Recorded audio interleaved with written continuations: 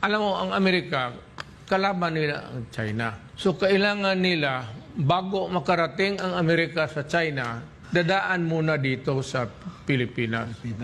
So, importante sa kanila ang Pilipinas, buffer zone. Na bago makalusot itong mga Chinese, dadaan talaga sila muna dito sa mga military installations. Buffer zone ang Pilipinas. So, Amerika, kailangan talaga nila pigilan ang China from advancing to the Pacific. The only way that they can enter into the Pacific, makita mo sa mapa, dito sa Taiwan Strait, between Taiwan and the Philippines, nandyan sa dulo, on the tip of the country, there's a narrow channel there. Ngayon, kung magkagera, fight muna tayo dito bago ka makalusot. Before you can ever even entertaining the idea of conquering the Marianas and Guam, patayan muna tayo dito sa Pilipinas.